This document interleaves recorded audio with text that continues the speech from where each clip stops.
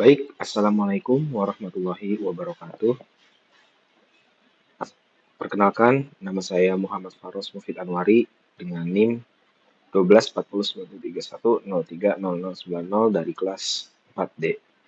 Jadi di mata kuliah Gudang Data dan Kecerdasan Bisnis ini, saya akan mempresentasikan tugas UAS saya yaitu dengan judul Analisis Makroekonomi dan Ketenagakerjaan di Indonesia pada tahun 2019 sampai 2021. Baik, selanjutnya di bagian latar belakang ini diawali dari kondisi perekonomian regional Indonesia yang mengalami fluktuasi ekstrim akibat adanya pandemi COVID-19 di rentang tahun 2019 sampai dengan 2021. Variasi dampak dan kecepatan pemulihan setiap daerah itu ternyata tidak seragam. Ada banyak faktor juga yang mempengaruhi, seperti mulai dari seberapa besar serapan tenaga kerja di suatu provinsi, seberapa besar ketergantungan daerah tersebut pada sektor informal, hingga seberapa banyak pengangguran di masing-masing wilayah. Nah, masalahnya, bagi para pembuat kebijakan, mengukur performa ekonomi hanya dari angka rata-rata nasional itu sudah tidak cukup lagi, karena rata-rata nasional bisa menutupi ketimpangan yang sebenarnya terjadi di level provinsi. Nah, maka oleh karena itu, saya membuat analisis ini dan dimulai dari sebuah dashboard yang memanfaatkan fitur filter interaktif berdasarkan peta Indonesia sendiri. Nah, supaya visualisasinya bisa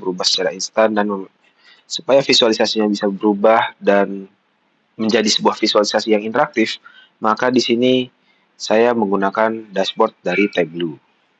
Baik, selanjutnya, jadi di sini tujuan analitis dari yang saya kerjakan adalah terdapat 3 poin, yaitu yang pertama, analisis geografis dan waktu yang fleksibel. Jadi, tujuannya adalah menyediakan analisis geografis dan waktu yang fleksibel. Jadi, pengguna bisa mengubah sudut pandang analisis tren ekonomi secara instan menggunakan filter berbasis provinsi dan tentang waktu 2019 sampai 2021 sesuai dengan kebutuhan. Nah, filtering ini sangat mudah ya. Nanti bisa saya praktekkan bahwa kita tinggal tinggal mengklik daerah-daerah tertentu, maka hasil-hasilnya akan ditampilkan seperti itu. Lanjut ke poin kedua, yaitu pengaruh ketenaga kerjaan terhadap ekonomi di Indonesia. Nah, di sini saya mengukur bagaimana faktor-faktor seperti tingkat pengangguran, serapan tenaga kerja, terus seberapa banyak pekerja informal, hingga laju pemulihan ekonomi di setiap daerah seperti itu. Kemudian kita lanjut lagi ke poin ketiga, yaitu standar dan anomali krisis. Jadi saya coba menganalisis provinsi mana yang paling banyak yang paling parah terkena dampak dari COVID-19 ini, bagaimana transisi pertumbuhan ekonominya, sekaligus mendeteksi provinsi dengan kondisi ekstrim atau outlier, khususnya pada rasio pekerja informal. Seperti itu. Mungkin kita bisa lanjut ke pertanyaan bisnisnya. Jadi, pertanyaan pertama, yaitu provinsi mana saja yang mengalami kontraksi paling parah, maksudnya dampak negatif terbesarnya, pada sektor ekonomi akibat guncangan pandemi COVID-19. Nomor 2, bagaimana peta persebaran serapan tenaga kerja di seluruh wilayah Indonesia, dan pulau mana sih yang paling mendominasi? Lanjut ke poin ketiga, yaitu bagaimana transisi fluktuasi pertumbuhan ekonomi dari fase krisis hingga pemulihan dari tahun 2019 hingga 2021. Lanjut ke poin nomor 4. Bagaimana tren korelasi antara lonjakan tingkat pengangguran dengan penurunan pertumbuhan ekonomi secara rata-rata nasional? Kemudian yang kelima, apakah tingginya persentase pekerja di sektor informal dapat berkorelasi dengan ketahanan dan pertumbuhan ekonomi suatu wilayah selama masa pandemi COVID-19 ini? Kemudian kita lanjut ke data understanding atau pemahaman data. Jadi di sini dataset ini menunjukkan terdapat 1, 2, 3, 4, 5, 6, 7. Terdapat 7 kolom. yaitu kolom provinsi, kolom tahun, pertumbuhan rata-rata pertumbuhan ekonomi, kemudian ada unemployment rate, employment rate, informal employment rate, hingga pandemic impact on economy. Nah, jadi provinsi itu ya nama provinsi Indonesia, kemudian years itu ya tahun pencatatannya dari 2019 hingga 2021, kemudian economic growth rate itu adalah laju pertumbuhan ekonomi tahunan, kemudian unemployment rate itu merupakan persentase tingkat pengangguran terbukanya, kemudian employment rate itu persentase populasi uh, orang yang sedang bekerja, kemudian informal employment rate adalah persentase tenaga kerja yang bekerja di dalam sektor informal. Kemudian yang terakhir yaitu pandemic impact on economy merupakan tingkat kontraksi ekonomi akibat pandemi. Jadi dampak dampak pandemi terhadap ekonomi di suatu daerah seperti itu. Nah, kemudian langsung nih kita lanjut aja ke visualisasi yang pertama, yaitu di sini saya menggunakan visualisasi dengan bar chart. Nah, bisa dilihat di sini provinsi seperti Papua, Sulawesi Barat, Riau, Sumatera Selatan, dan Bali mengalami kontraksi ekonomi paling dalam sampai di angka negatif 80% lah. Ini warna merah tua di grafik ini, oranye tua sih.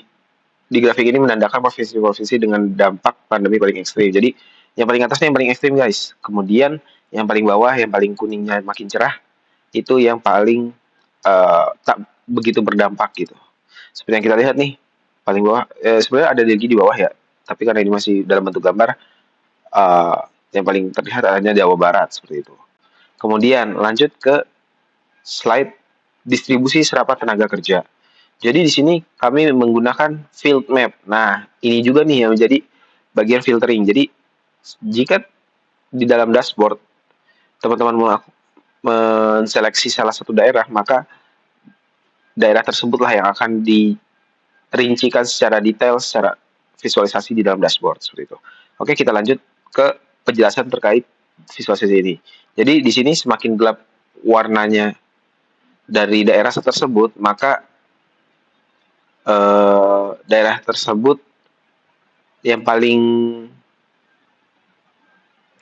tinggi serapan tenaga kerjanya dibanding wilayah lain, seperti itu.